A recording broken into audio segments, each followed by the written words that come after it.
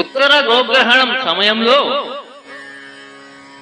బృహన్నలను రథసారథిగా చేసుకుని ఉత్తరుడు కౌరవుల మీదకు యుద్ధానికి వస్తాడు.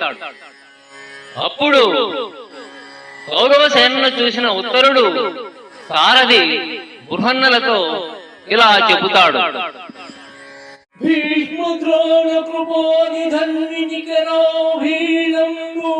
దుర్యోధన గ్రీష్మాదిత్య పటు ప్రతాప విసరాకీర్ణంబు శస్త్రోత్రజాలోష్మత్పాద చతుర్విధోజ్వల బలాత్యుగ్రంబు గగ్రధ్వజార్చిష్మత్వాకలితంబు సైన్యమిది నేచరంగ శక్తుండనే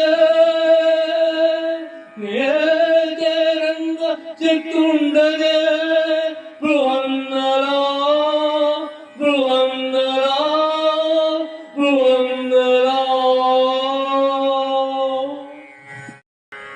భీష్మ, ద్రోణ, కృపాచార్యాది మేటి విలుకాండ సమూహంతో భయం కొలిపేది, గ్రీష్మ ఋతువులో చండ ప్రచండంగా వెలిగే సూర్యుడు లాంటి దుర్యోధనాది వీరులతో నిండినది, వివిధమైన శస్త్రాలు అనగా మనిషి తయారు చేసినవి, అస్త్రాలు అనగా మంత్రాలతో ప్రయోగించేవి, రథ, గజ, తురగ, పదాతి దళాలతో రథాలకు కట్టిన జెండాల రెపరెపలు అగ్నిదేవుని యొక్క నాలుకల భయాన్ని కలుగజేస్తున్నాయి.